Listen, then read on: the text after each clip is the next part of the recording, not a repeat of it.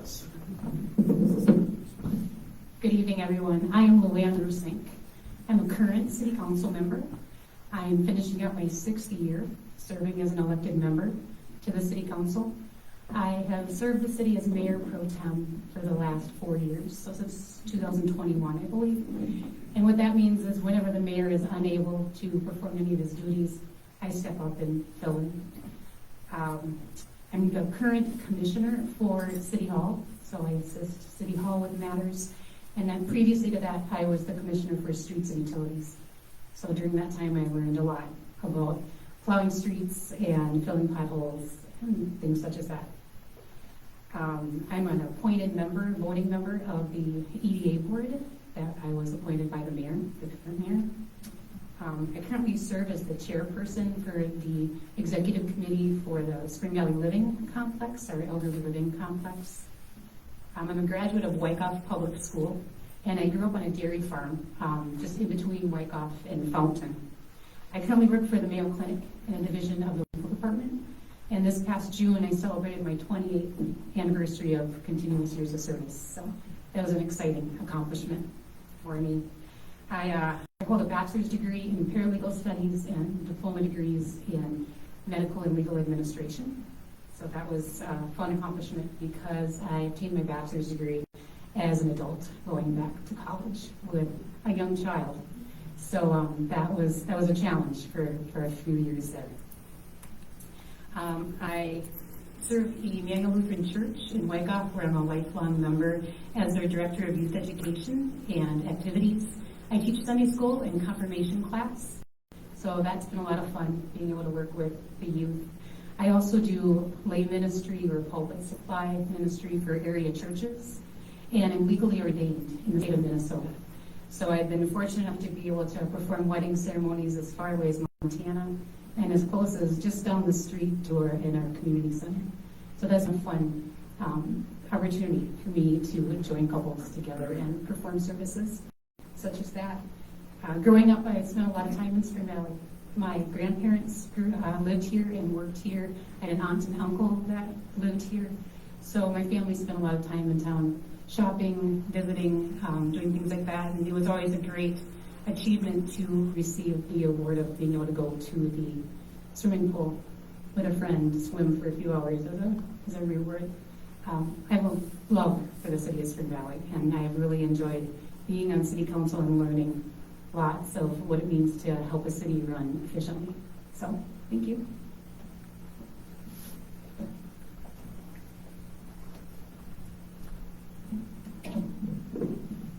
Good evening. First off, I'd like to thank the Spring Valley Business Alliance for holding this, the VFW for allowing them to hold this here, all of you here in attendance and also watching online. My name is Justin Mlinar, running for your next mayor. I have lived in Spring Valley for, it's debatable, mid-90s, so about 28 years. I currently live in the home that my great-grandfather purchased in the 30s, and the 4th generation to live there. We moved here shortly after my great-grandmother passed away and purchased the house. And then once my father passed away, I purchased it from my mother, who fortunately lives with us and bakes all the time. Currently on city council, first term still. I had hoped to be on council for a few years before running for mayor, but unfortunately Mayor Archer decided to step down, and so I felt it was time to go ahead and throw my name into the hat. I am passionate about Spring Valley. I love Spring Valley. I have been active for quite a number of years now. And actually, that's my mother's fault. I was complaining one day about something stupid, I'm sure. And she said, she looked me dead in the eye and said, well, get involved. And so you can thank her or blame her, either way. So, I was a youth director for 7 years at a local church here. I started Discover Spring Valley, which has been fairly successful. And unfortunately, because we don't have a newspaper, sometimes the only outlet for local stuff happening. And currently on council and Spring Valley Area Community Foundation, currently the chair of that, which has been incredible to be able to be active in the community by providing grants to nonprofits in this community, but also Wyckoff and also Ostrander as well. There's probably so many more things I could tell you about myself, but it would just be boring. So, thank you. I appreciate it. All right. Next question is, what do you see as your top priorities if elected mayor? I love this question because I only have one priority: people. The people of this community are so very important, and they are my only priority. There's a lot of things we need to do, infrastructure improvements, affordable housing is a great need. The economic development it needs to continue. It's at a good pace, but we need to ramp that up, as well as communication transparency. We lack that, so that needs to be improved. But at the end of the day, it's all about you. What you need, what you see as value to our community. I don't see any reason for spending money if it's not going to be of value to you, if it's not important to you. So you are my priority. Thank you.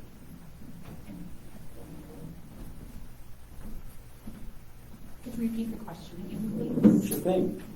What do you see as your top priorities if elected mayor? Top priorities if elected as mayor. That list could be very long and broad, but like Justin said, it is the people. That's one of the main focuses and main concerns should be what residents want, what residents need, along with what's best for our city as a whole. And there's challenges with it. There's financial challenges, and change isn't always welcomed. So trying to make a smooth transition once the change takes place for the new council members, the new mayor, will be an interesting time. But again, the focus is trying to do what's best for our community as a whole. Okay. What do you see as the main challenges of Spring Valley over the next 2 years, and how will you address them? I think the main challenges for Spring Valley are some of the same challenges that all communities face, and a lot of it has to do with finance. Money. It takes money to run a city. It takes money for street improvements, for infrastructure improvements, and we're faced with some hefty projects that need to be completed over the next couple of years, and trying to make sure that that dollar amount doesn't fall on our residents, that we can do whatever we can to find grant funding, to find other resources to try and assist us in helping to make those improvements, those changes affordable for everyone.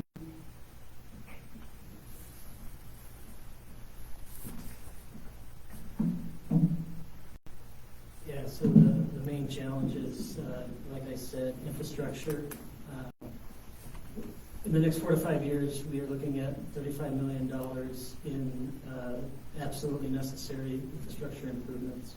That's a huge dollar amount for our small community.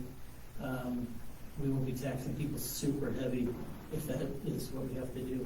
And I don't agree with that. I think our taxes need to be lower. I think we can make them lower. And I have already started the process and communicating with the state and seeing if we can get that money from the state. They have millions and millions of dollars in surplus nearly every year, and I want to get some of that money for our community, and I believe that we deserve it. Half of that nearly half of that $35 million coming in, it's $15 million, is the wastewater treatment plant alone, which is a state standard. That is something they're forcing us to do, which we need to do it anyways. It's not necessary. But if they're mandating that we do that, then I'd like to see them pay for it. Affordable housing, we need to look at other opportunities and other ways that we can provide affordable housing. I've been talking to some of the contractors in the area, in our community, and asking them what can we do to provide affordable housing. And they've got great ideas, things we haven't even considered yet. So we need to continue to look at that. Other than, again, the economic development. We need better paying jobs, and I believe we can attract businesses to our community that will allow that to happen. I believe that we haven't even begun to tap what could take place here in Spring Valley. The possibilities are endless, and we're in such a great place within our community.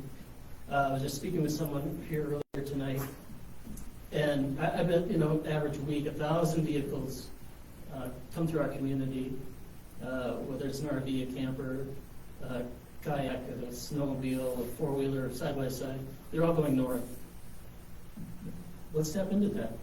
Last fall, I had the chance for the first time to go to the Boundary Waters, and the first thing you do is you stop at the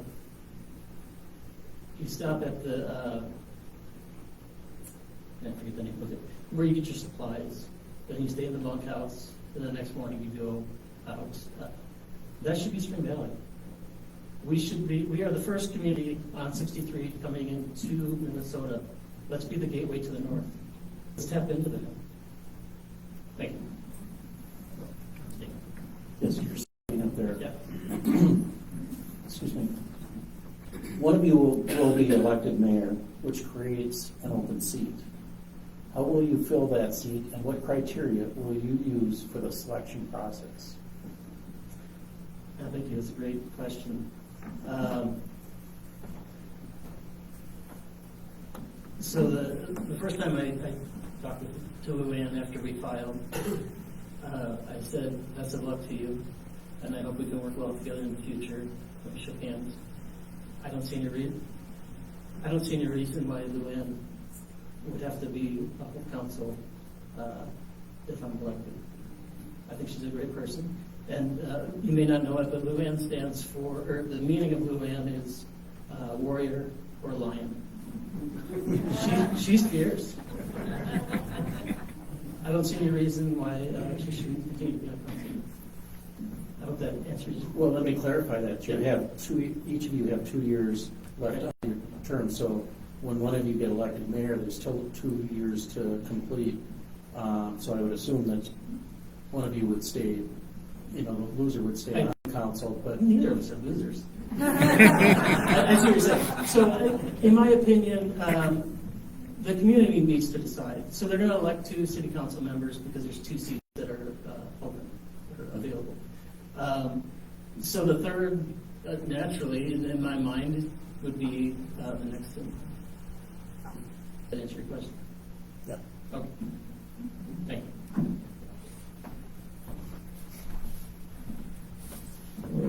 So for the benefit of everyone, would you please repeat the question?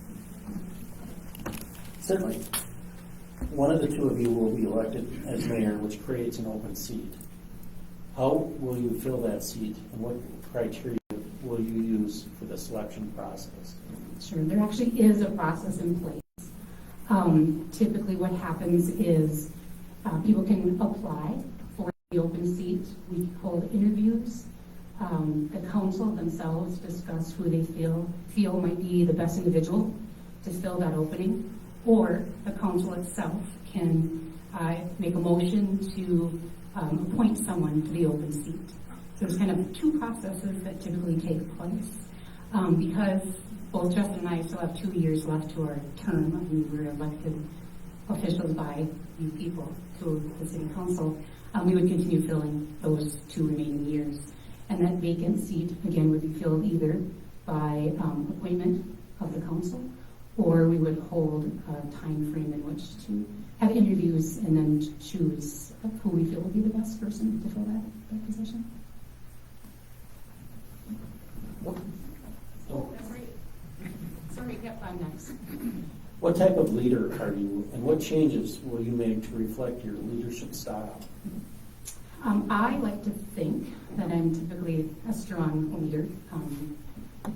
It's hard to answer that question because it's hard to say that if I am elected as your mayor, I am going to do this and I'm going to change this and this is going to happen, because I don't like making promises that I am not 100% confident can be kept. Because until you're in a situation, until you're facing a specific topic, task, situation, it's hard to know or predict how a situation would be handled. I wish we had a crystal ball we could all look into and predict the future and be able to confidently say, this is what I'm going to do because this is going to happen or this would be the outcome. There's always kind of a trickle-down effect when you make changes or when you make promises that you always need to keep in mind and be thinking of.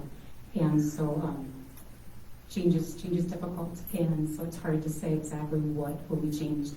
I hope to continue to be a strong leader and help the city to grow and businesses grow and develop and bring new things to the city. I think we have a solid structure right now, and I just hope to continue that.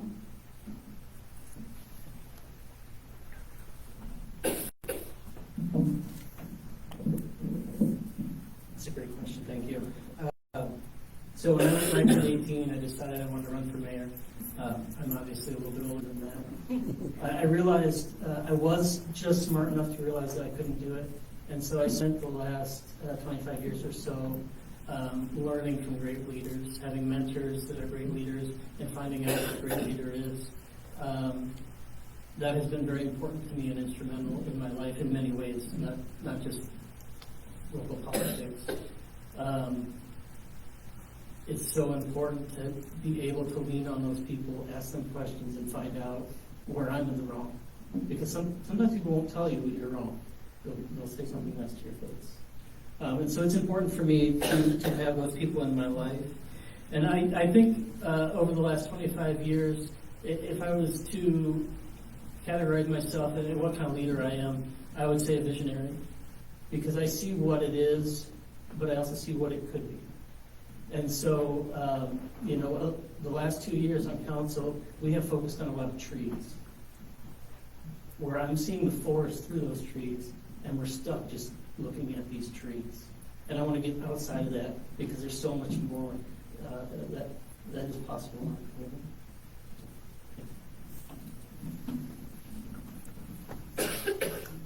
And the last question for our mayoral candidates.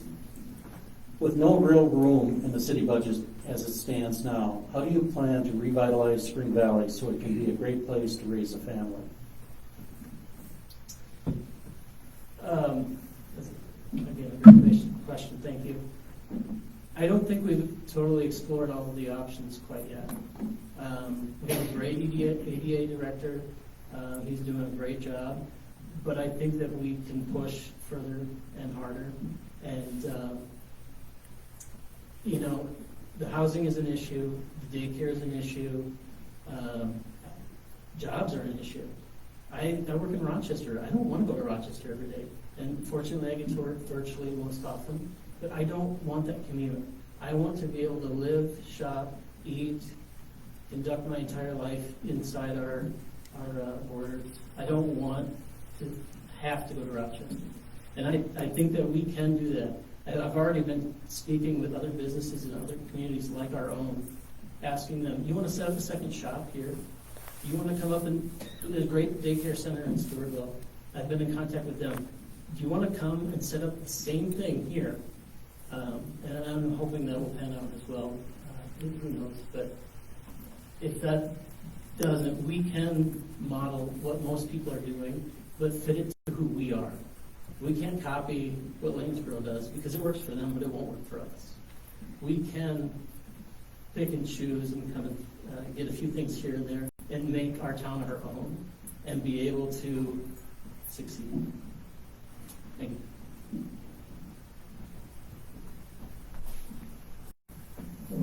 Again, I'll have you repeat the question. No problem. With no real room in the city budget as it stands now, how do you plan to revitalize Spring Valley so it can be a great place to raise a family? It is. It's a great question, and it's true. Our budget is tight. Every department, we've asked them year after year, where could you make budget cuts? Where can you save money? What can we maybe do differently to try and stretch dollars? And our departments that have always come back to us with, I can do this. I'm willing to do this. It takes a team to run a city, not just the mayor. It takes good communication, working together, having great relationships with the people you work with. We do have challenges. We have challenges with housing, with daycare, but it's nothing new that other communities don't have as well. But we have also seen very positive things happen within our city. We've seen businesses grow and expand, build new structures to move into. We've seen some new businesses come into town and expand their businesses as well. So that's been a very positive and welcoming thing to see. My 6 years on council, the growth that I've seen take place within our city has been just amazing. It's very heartwarming, I guess I could say, to be able to brag about what has happened within our city over the past several years.